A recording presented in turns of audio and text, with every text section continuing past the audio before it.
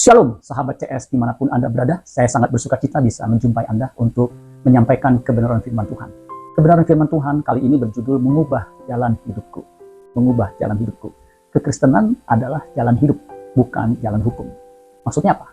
Maksudnya, kehidupan orang Kristen itu bukanlah dipandu oleh hukum, tetapi dipandu oleh Roh Kudus, agar setiap keputusan dan tindakan yang kita ambil selalu sesuai dengan pikiran dan perasaan Tuhan. Ketika kita percaya Yesus sebagai Tuhan dan Juru Selamat, Efesus 1 ayat 13, itu dikatakan Roh Kudus dimeteraikan dalam diri kita. Roh Kudus dimeteraikan dalam diri kita. Dia diam dalam diri kita. Untuk apa?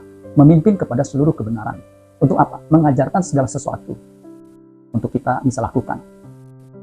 Roh Kudus menempatkan untuk apa? Supaya kita memiliki kecerdasan roh, sehingga bisa mengerti kehendak Allah, apa yang baik, yang berkenan, dan yang sempurna, dan juga melakukan kehendak Allah. Nah, tugas orang percaya adalah mengubah jalan hidupnya agar selaras dengan jalan Tuhan. Dan saya punya keyakinan orang Kristen yang sungguh-sungguh mengalami Tuhan, yang berjumpa dengan Tuhan, pasti jalan hidupnya berubah. Dia akan mengubah jalan hidupnya. Untuk itu kita akan belajar firman Tuhan dengan judul Mengubah Jalan Hidupku. Matius 2 ayat 12 dikatakan begini. Dan karena diperingatkan dalam mimpi supaya jangan kembali kepada Herodes, maka pulanglah mereka ke negerinya melalui jalan lain. Perhatikan, melalui jalan lain. Siapa yang dimaksud dengan mereka yang diperingatkan dalam mimpi supaya hendak kembali kepada Herodes? Orang Majus. Orang Majus dari timur itu hendak menjumpai Yesus, bayi Yesus yang baru lahir. Dan mereka ini sebelum berjumpa dengan Yesus, berjumpa dengan Herodes. Dan Herodes pesan kepada mereka, kalau sudah menjumpai bayi Yesus, sang raja itu, silakan kembali ke istana Herodes. Tetapi karena diperingatkan dalam mimpi supaya jangan kembali kepada Herodes, meskipun Herodes sudah mewanti-wanti harus kembali kepadanya, supaya katanya Herodes mau hendak menyembah raja itu juga, ya, bayi yang disebut raja itu. Padahal Herodes itu hendak membunuh sang bayi itu. Dia tidak mau menyembah bayi yang disebut raja itu, yang menjadi saingannya. Nah, saudara-saudara sekalian, Tuhan bisa memakai mimpi untuk memperingatkan orang untuk mengikuti petunjuknya. Di Perjanjian Lama juga ada mimpi-mimpi yang Tuhan berikan kepada orang tertentu untuk maksud dan tujuannya. Misalnya Raja Abimelek, itu diberikan Allah menampakkan diri melalui mimpi untuk berpesan agar Abimelek jangan mengambil istri Abraham, Sarah, karena Abimelek berpikir itu adiknya, karena memang pengakuan Abraham, Sarah itu adiknya. Tuhan mengingatkan dalam mimpi, ya, sehingga Abimelek mengurungkan niatnya mengambil Sarah menjadi istrinya. Dan juga saudara-saudara, mimpi Tuhan pakai misalnya untuk Yakub, untuk menceritakan rencana-rencananya. Mimpi juga dipakai seperti kepada Yusuf, mimpi juru minuman dan juru roti untuk maksud dan rencananya. Nah, di sini saudara sekalian, orang Majus diperingatkan melalui mimpi agar tidak kembali kepada Herodes, dan orang Majus itu taat dengan perintah Allah. Ini pelajaran buat kita semua. Kita harus lebih taat kepada Allah daripada kepada manusia. Kisah Para Rasul 5 ayat 29. Tetapi Petrus dan rasul-rasul itu menjawab, katanya, perhatikan, kita harus lebih taat kepada Allah daripada kepada manusia. Ini penting, saudara. Kita memang mesti taat kepada orang tua, itu jelas sesuai dengan perintah Tuhan. Kita harus taat kepada Allah, kepada firman, ya, melebihi apapun juga. Nah, saudara-saudara sekalian, pada kesempatan ini kita membahas tentang jalan hidup. Orang percaya, tadi saya katakan, yang mengalami kelahiran baru itu senantiasa taat mengikuti jalan Tuhan, dan tidak kembali kepada jalan dunia. Meskipun dunia menawarkan segala keindahannya dan kenyamanannya, kita tidak boleh kembali pada dunia. Kita tidak boleh menjadi serupa dengan dunia ini. Kita harus berubah. Kita harus mengalami pembaruan budi, yaitu memiliki jalan hidup seperti yang dijalani oleh Yesus. Nah, saudara-saudara sekalian, kita harus berada di jalan Tuhan. Nah, jalan Tuhan itu adalah jalan keselamatan, jalan menuju kepada kekekalan, keselamatan. Makanya kita yang percaya, yang taat, harus mengerjakan keselamatan. Filipi 2 ayat 12-13. Hai saudara-saudaraku yang kekasih, kamu senantiasa taat. Nah, karena itu, jadi yang senantiasa taat, karena itu tetaplah kerjakan keselamatanmu dengan takut dan gentar. Bukan saja seperti waktu aku masih hadir, tetapi terlebih pula sekarang waktu aku tidak hadir. Jadi saudara-saudara sekalian, ya, kita yang taat, kita harus mengerjakan keselamatan kita. Kita yang berada di jalan Tuhan, kita harus mengerjakan keselamatan kita. Itulah jalan keselamatan. Ayat 13, karena Allah lah yang mengerjakan di dalam kamu, baik kemauan maupun pekerjaan menurut kerelaannya.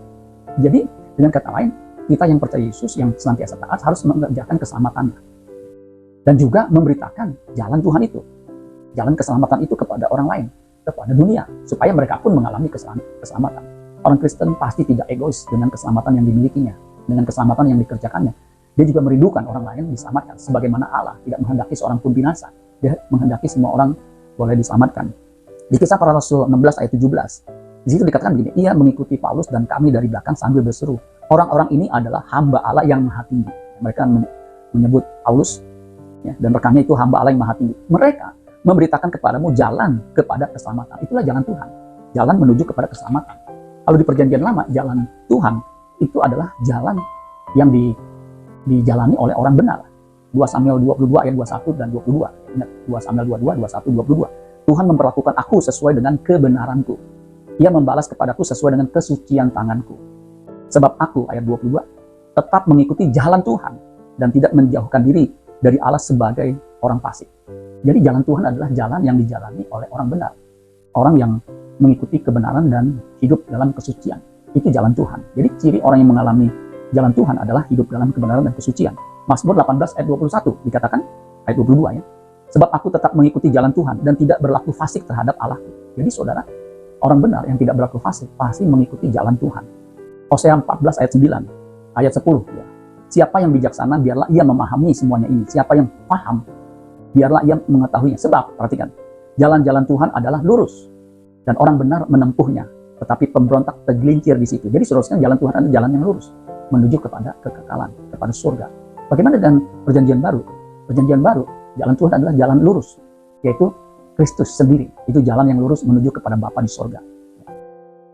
Ketika Yohanes Pembaptis mulai melayani, dia menyebutkan tentang jalan Tuhan. Yohanes 1 ayat 23 jawabnya, akulah suara yang berseru-seru di padang gurun. Luruskanlah jalan Tuhan. Seperti yang telah dikatakan Nabi Yesaya. Jadi saudara sekalian, jalan Tuhan adalah jalan lurus. Kita harus menempuh jalan yang lurus itu. Kita harus meluruskan. Artinya mengikuti jalan yang lurus itu, yaitu jalan Tuhan. Kisah Para Rasul 24 ayat 22. Tetapi Felix yang tahu benar-benar akan jalan Tuhan. Jadi orang yang tidak percaya Yesus ketika melihat kehidupan Paulus yang mengikuti jalan Tuhan, dia tahu, dikatakan Felix benar-benar yang tahu benar-benar akan jalan Tuhan, menangguhkan perkara mereka. Katanya, setibanya kepala pasukan Lisias di sini, aku akan mengambil keputusan dalam perkaramu. Jadi saudara sekalian, jalan Tuhan itu perkara yang penting, saudara sekalian, yang nggak boleh ditunda-tunda. Kalau kita menundanya seperti Felix ini sampai kapanpun, kita tidak akan pernah berada di jalan Tuhan itu. Jadi saat ini kalau saudara mendengar firman Tuhan ini, saudara mengerti bahwa jalan menuju keselamatan hanya ada dalam Yesus Kristus. Saudara ambil jalan itu, jangan menunda-nundanya. Karena keselamatan hanya ada di dalam Yesus Kristus Tuhan. Kisah Para Rasul 4 ayat 12. Dan keselamatan tidak ada di dalam siapapun juga selain di dalam Dia. Sebab di bawah kolong langit ini tidak ada nama lain yang diberikan kepada manusia yang olehnya kita dapat diselamatkan. Itulah jalan Tuhan, jalan yang lurus. Yesus adalah jalan menuju kepada Bapa di surga. Yesus berkata, Yohanes 14 ayat 6, akulah jalan, kebenaran, dan hidup. Tidak ada seorang pun yang sampai kepada Bapa kalau tidak melalui aku. Jelas, Yesus dengan tegas mengatakan, I am the way, the truth, and the life. No one comes to the Father except through me. Jadi tidak ada seorang pun yang sampai kepada Bapa kalau tidak melalui Yesus. Dialah jalan, dialah kebenaran, dialah hidup. Kalau kita mau sampai kepada Bapa, jalannya hanya melalui Yesus. Ikuti kebenarannya, ikuti kehidupannya, gaya hidupnya. Baru kita sampai kepada Bapa di surga. 2 Korintus 2 ayat 14. Tetapi syukur bagi Allah yang dalam Kristus, perhatikan, yang dalam Kristus selalu membawa kami di jalan kemenangannya. Perhatikan, jalan kemenangannya. Dengan perantaran kami, ia menyebarkan keharuman, pengenalan akan Dia di mana-mana. Jadi jalan keselamatan itu adalah jalan kemenangannya. Apapun yang terjadi dalam hidup kita, penderitaan, kesulitan, ketika kita berada di jalan Tuhan, itulah jalan kemenangan. Tidak ada yang dapat memisahkan kita dari kasih Kristus. Makanya keselamatan itu hanya dalam Yesus Kristus. Meskipun saudara menderita, kalau saudara mengikuti Yesus, saudara ada di dalam jalan kemenangan. Seperti jemaat mula-mula, ya, lebih daripada pemenang. Padahal secara posisi, secara kekuasaan, jemaat mula-mula itu kalah dengan pemerintahan Roma, dengan tentara, dengan kekuasaan, dengan senjatanya. Tetapi mereka tidak bisa dikalahkan, karena mereka lebih daripada pemenang, karena berada di jalur jalan kemenangan. Nah, jalan Tuhan itu menuju akses kepada kasih karunia, yaitu keselamatan. Seperti Roma pasal 5 ayat 1 dan 2. Sebab itu kita yang dibenarkan karena iman, kita hidup dalam damai sejahtera dengan Allah, oleh karena Tuhan kita Yesus Kristus. Jadi Tuhan Yesus Kristus yang menyebabkan kita memiliki damai sejahtera Allah. Ayat 2, oleh Dia kita juga beroleh jalan masuk. Jalan Tuhan itu jalan masuk oleh iman kepada kasih karunia ini. Di dalam kasih karunia ini kita berdiri dan kita bermegah dalam pengharapan akan menerima kemuliaan Allah. Jalan masuk itu akses. Akses menuju kepada Bapa di surga. Oleh kematian Kristus di Golgota, di kayu salib, kita yang percaya kepadanya memiliki akses. Sebagaimana Yesus berkata, karena begitu besar kasih Allah akan dunia ini, sehingga dikaruniakannya anak yang tunggal, supaya setiap orang yang percaya kepadanya tidak binasa, melainkan beroleh hidup yang kekal. Itulah akses menuju kepada Bapa di surga, jalan masuk, di mana kita bisa memasuki istana Raja. Di sana kita berjumpa dengan Tuhan Yesus. Mari saudara-saudara sekalian, kita memilih berada di jalur jalan Tuhan yang menuju kepada keselamatan, yaitu rumah Bapa yang kekal. Amin buat firman Tuhan. Tuhan Yesus memberkati. Sholat.